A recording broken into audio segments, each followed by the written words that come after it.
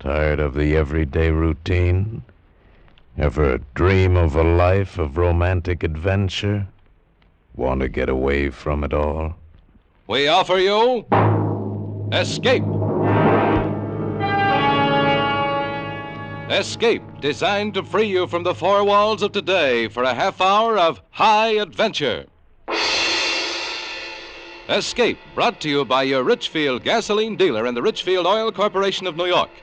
Marketers of Richfield gasolines with xylene, Rich Lube, all-weather motor oil, and other famous petroleum products. Look for the Richfield Eagle on the cream and blue pumps.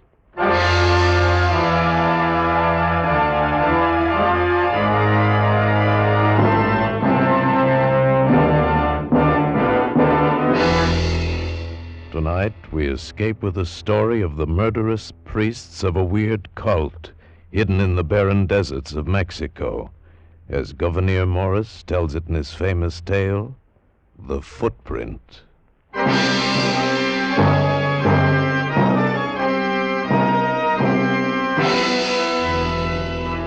Here it is. Now, you see me, buckos. Here's the Gulf of California. Yeah. And up here near the Barra de San Jorge, on the coast of Sonora, we find two bays divided by a high spit of sand with a granite pillar marking the bay to the north. It's a massive thing, that pillar. Easy to find. You can't miss it. Then there's 20 miles inland, due east from the pillar, and we find it. Well, find what? A Chinese pagoda. A Chinese pagoda. You sure it isn't a Japanese wigwam? Ah, now, boys, I know it sounds strange, but it's the truth I'm telling you. How did you get this map, Mr. Morgridge? That from a Chinese, God rest his heathen soul. I did him a sort of a favor once. You did him a sort of a favor, and he tells you where to find a fortune and rubies? How come there's a Chinese pagoda full of rubies in Mexico? If you know the facts, me buckos, it wasn't the Spanish who first set foot in these shores. Huh? It was the Chinese. Come on, you guys. Thanks, Mr. Morgridge. We're sorry to take up your time. Oh, now, wait a minute. It's a nice trip on a good, sound schooner. And if you like sailing, what have you got to lose?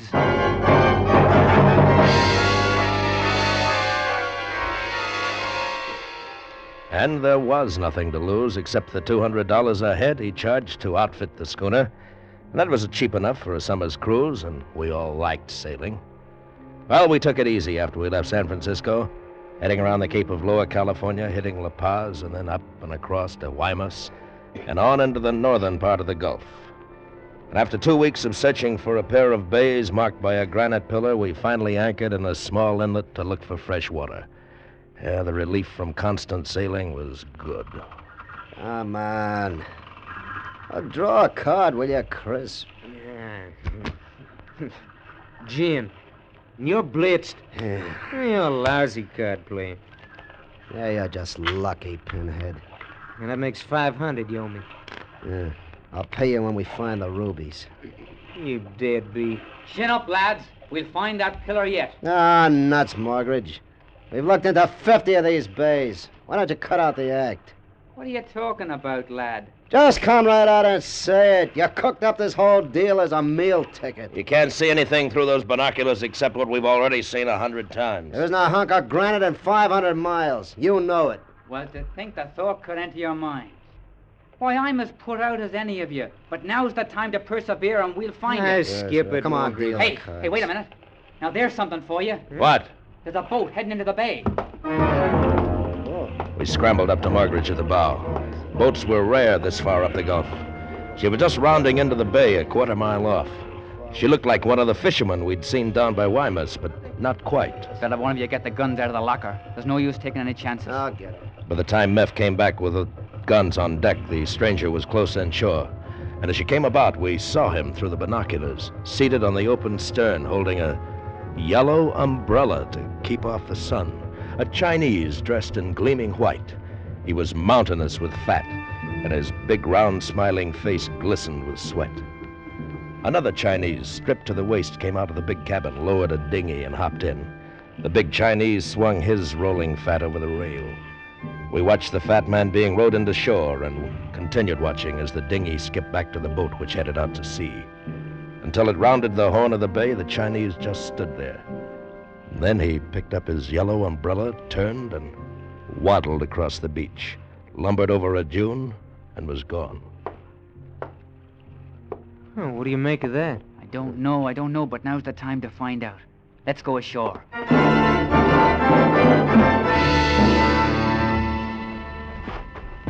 Look at that guy's footprints.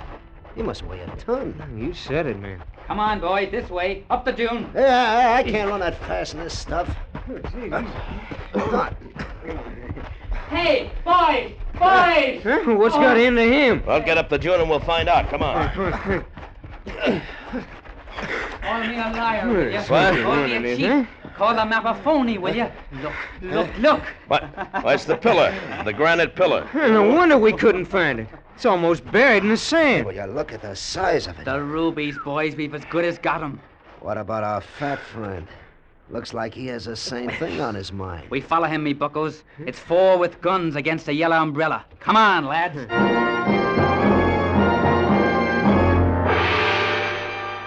It all seemed real now. It wasn't a corny gag. Somewhere in that desert was a fortune in rubies, and apparently that Chinese was leading us to it. Ahead of us, we could see the yellow umbrella bobbing in the distance, and for all his fat, he set us a murderer's pace.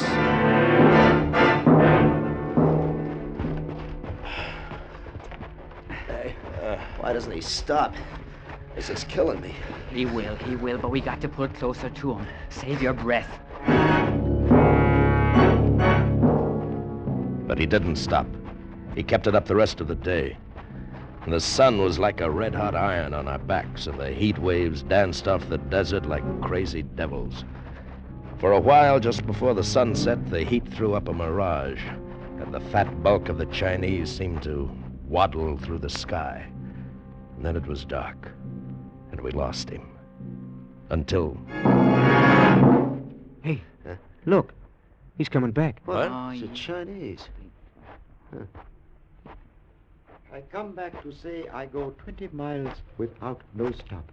You like to come all the way, I say nothing. Only tell you all the way nasty sand. You go back. Wish you pleasant halt and return journey. We're not going back. Very well. Only I experienced traveler and put up with no complaints. Pleasant conversation and all good friends at end of journey. You. He means you, Johnny. What? Me? You got nice respectable face. Walk with me.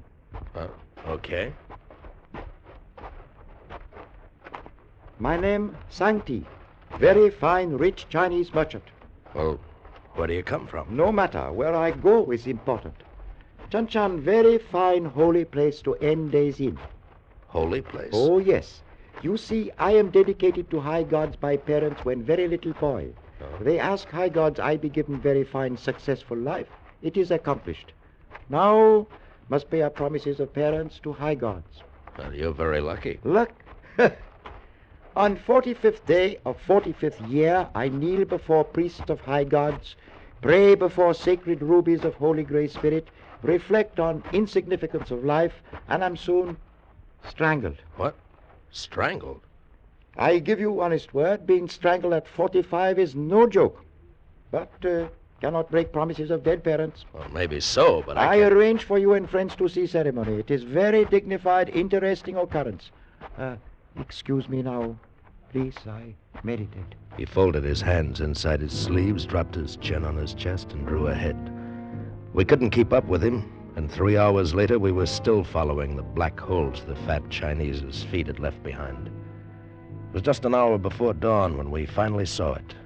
Chan Chin, a large stone building with a few smaller ones tucked near it. How there could have been a lake in the middle of this impossible waste was beyond understanding, but there was, a small one, and we ran for it. It was the sweetest sight in the world.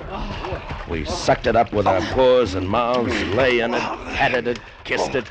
Oh, it was beautiful. Oh, I don't care if I ever see another French bathing suit again. Oh, you lovely water, you. Where do you suppose they be hid, huh? What? The rubies, me bucko, the rubies. How about that big building, huh? Looks like some sort of a heathen temple. It is temple. What? Temple of high gods. Sang-Ti. Oh, look who's here. Again. You better travelers than I expect. You look a bit, then go home. Priests say very unhealthy place for unbelievers. How many priests? 10 priests. Not many, but enough. Why you come to Chenchang? We heard about it through a friend. Now you see, you go before sunrise. I couldn't move another step. Why you come here? Maybe to steal very high God's rubies? You leave very high God's ruby box alone. You with respectable face, take friends away. I can't, Sancti. We've got to rest. You wait till after interesting occurrence of strangulation, then you go. For a man about to meet the high gods, you're pretty calm. Oh, very miserable business, but parents make promise. What can do?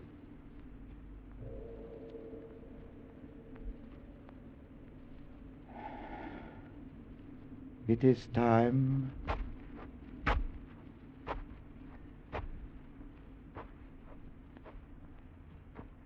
Well, me buckos, as the fat heathen says, it is time. Yeah, this I gotta see.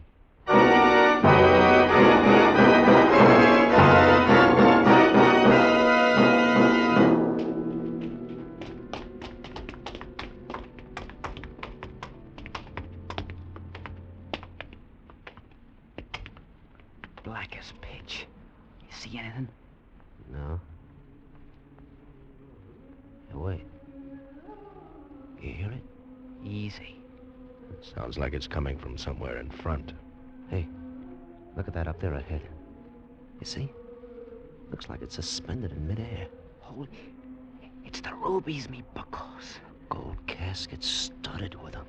Look at them glow. Where's the light coming from? From that hole in the roof there. See? Sun's rising. Hey, now look. It's a heathen idol. And it's got the ruby box held in one of its hands.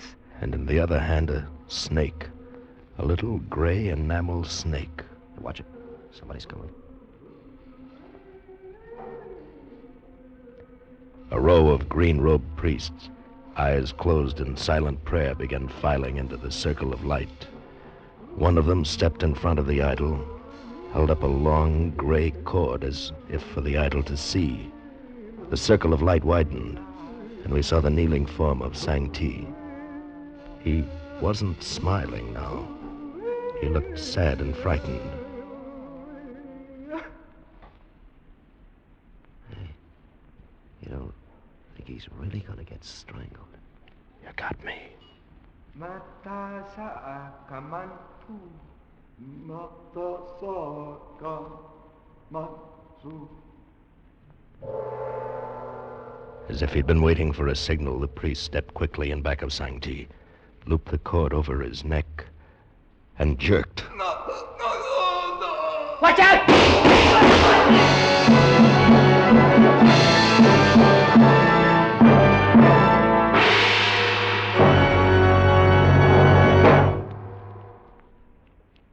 C6H4 add CH3 taken twice. No, that's not Pig Latin, and it's not a secret code either. It's the scientific description of xylene. Xylene is one of the highest anthology gasoline components ever discovered by science. But here's the big news. Every drop of Richfield gasoline you buy contains xylene.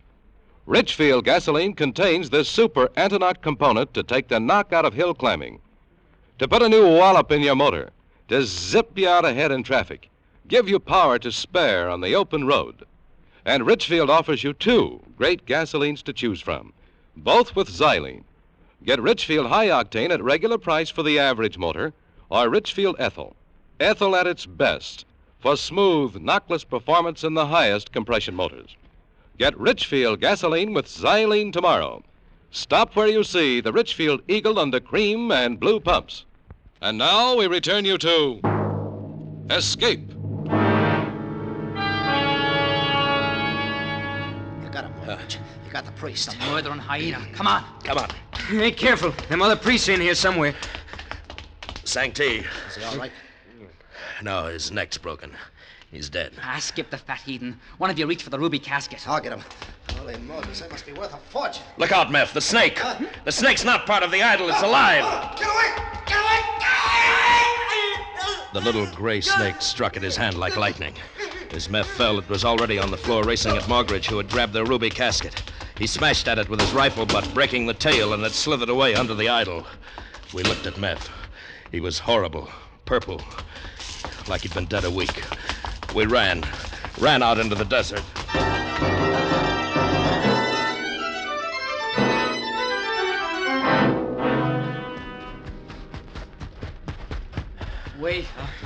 Wait up, will you?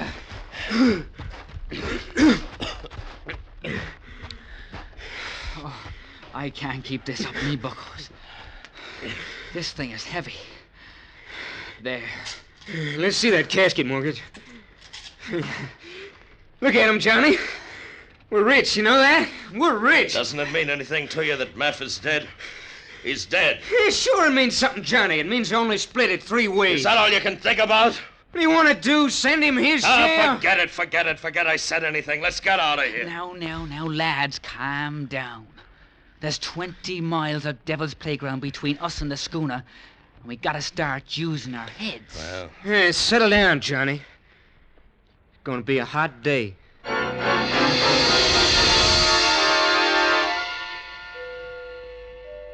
the rubies flamed in the early sun. Crisp leered at them, and Morgridge's face had a look I'd never seen before. All they meant to me was Meph and that sudden, horrible death. I don't remember it getting hot. It just was. It jerks not to get that water out of the lake. You feel like going back? Not me. I got what I came after. Are we going the right way? Yeah. Sun sets in the west. We'll be walking right into it. How far we come? I don't know. I don't know anything except that it's hot. Here, Chris. It's your turn to carry the casket. Oh, it's a job lugging that thing. All right. Here, Johnny, No. you take the rifle. I'll take it for you, me bucko. No. No, Johnny'll carry it. Why, of course, me fine boy. Well, give it to me. Let's get going. I wish this thing was split 3 ways already. Wouldn't be so heavy.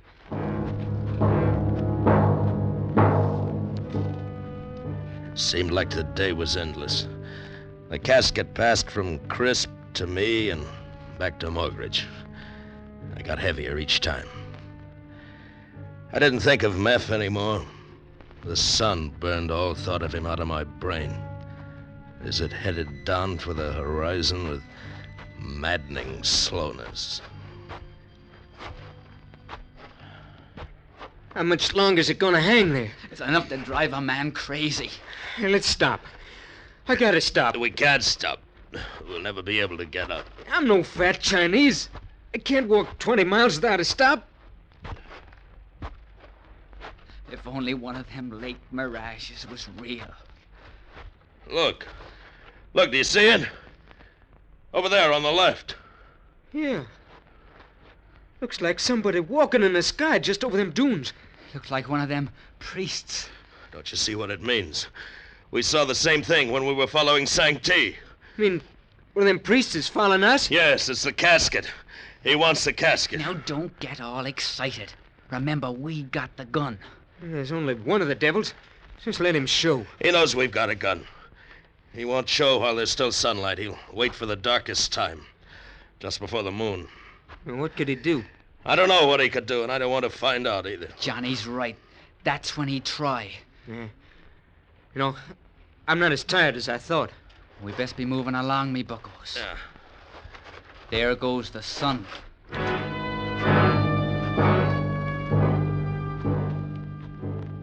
We didn't run. We couldn't. Crisp was carrying the casket, and we had to stay together. All day we'd prayed for the sun to go down, and now that it had, we almost wished it was still there. The blackness was sudden and complete. We kept walking, waiting, ready for anything. But nothing happened. The dark hour passed and the moon rose. We fooled him. It seems that we did, me buckos. If he was there at all. He was there, all right. Those priests let us get away too easy. And look, you guys, let's stop. I'm bushed. There's enough moonlight now to see anything. We'll be making it to the schooner tomorrow, easy. It's my turn with the rubies. I'll stand first watch. Well, I guess it's safe. Moon's pretty bright. Oh, my bones. My muscles. We dropped where we stood.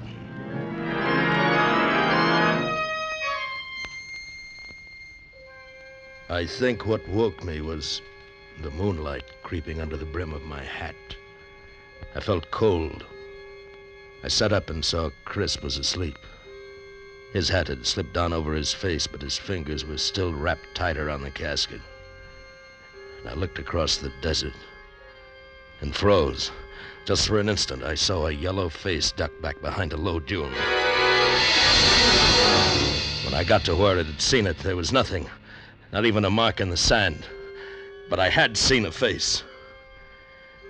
Morgridge and Crisp were still dead asleep, only it seemed that Crisp's hat had slipped a little. And then it actually shifted, rose, and settled back. Crisp, are you awake? What? Don't move, Crisp. It's the snake. Kill it! What's happened? Crisp is dead. Look at him.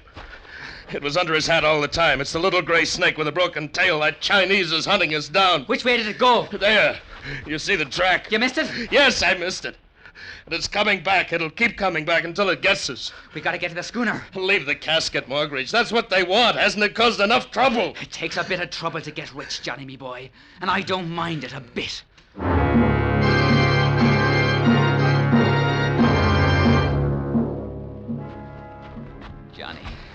Johnny, me bucko. I got to have water. Oh, help me, Johnny. There isn't any. We've got to get to the schooner. I know the signs, Johnny. There's water out here. Help me look. Don't, Margaret. You'll drive yourself crazy. Crazy, is it? Don't call me crazy. It's you. Look over there. It's bushes. Green bushes. There's nothing, I tell you. It's just sand. Now, don't lie, Johnny. Don't lie. I'll go fetch you a drop. It'll make you feel better. You watch after the rubies, and I'll fetch you. No, come back, Margaret. We've got to go on. Stay with the rubies, Johnny. I watched him work his way over, stumbling in the sand. And then suddenly I saw it. There was something green. Margaret! Margaret, I see it! I see it too! It's water! It's water! No, Margaret! It's silk! Green silk! He wasn't crazy now, and neither was I. The green-robed priest rose up out of the desert, and in his hand he held the little gray snake. Morgridge was running back. And then there was darkness in my eyes, and I was running desperately with something heavy clutched in my arms.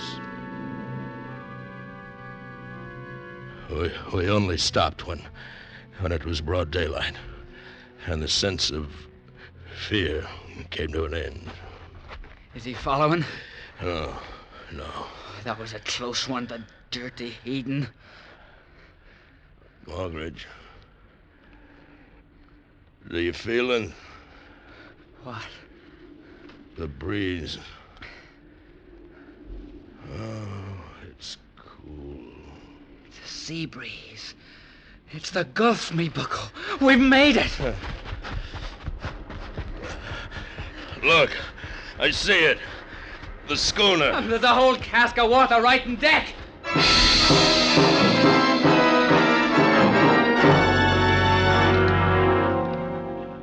The tide's up. Let's get out of here. The two of us can handle the schooner, can't we?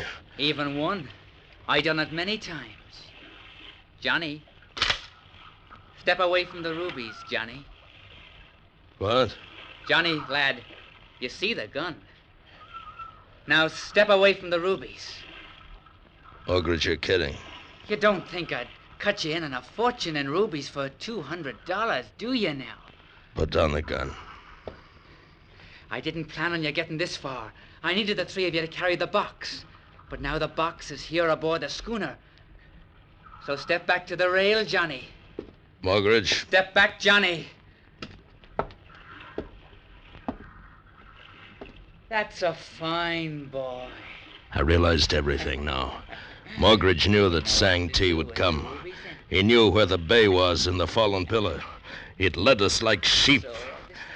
And I was going to die too, and that desolate place. I felt the rail of the schooner against my legs. But before you go, maybe you'd like one last look at the rubies, huh? I'll hold them up.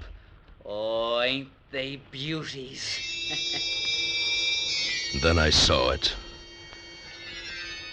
The little gray snake slithering across the deck behind Morgridge.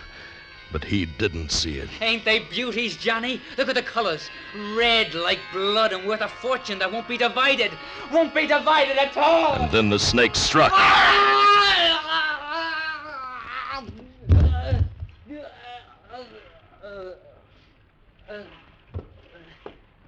I looked at Morgridge. His color began to change. It was horrible. Horrible. Tumanay. Huh? Chikuto sineputaisum. It was the priest standing on the deck beyond Morgridge. And in his hand was the little gray snake. He picked up the ruby box, slipped the snake inside as if it had been a rare string of pearls. And then he bowed and was gone over the schooner's rail. I saw his green robe bobbing into the desert, and the rubies flashing blood red in the sun.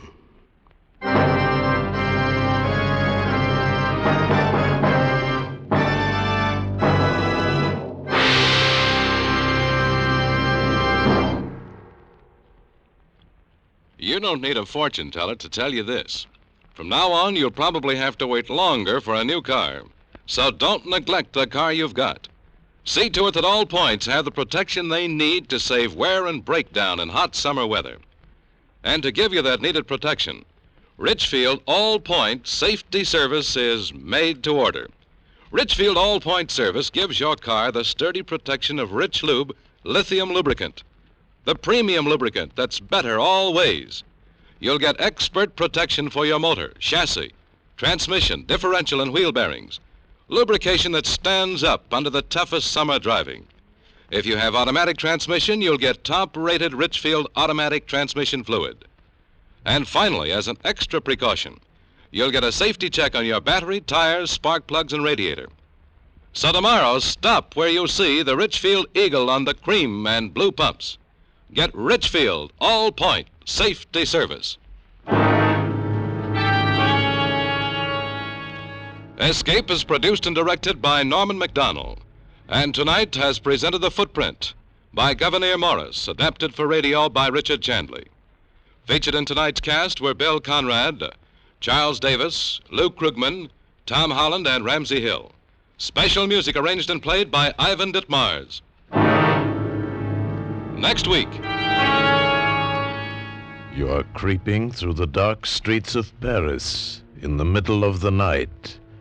Ahead of you, the Gestapo is lying in wait, and relentlessly tracking you down from behind is a murderous madman from whom there is no escape.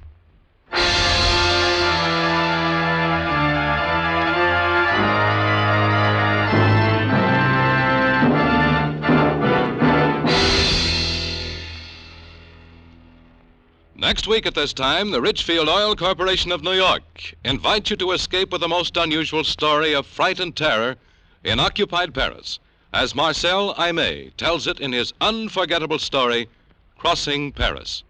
Be listening. Goodbye then until this same time next week, when once again we offer you Escape. Tom Hanlon speaking over CBS, the Columbia Broadcasting System.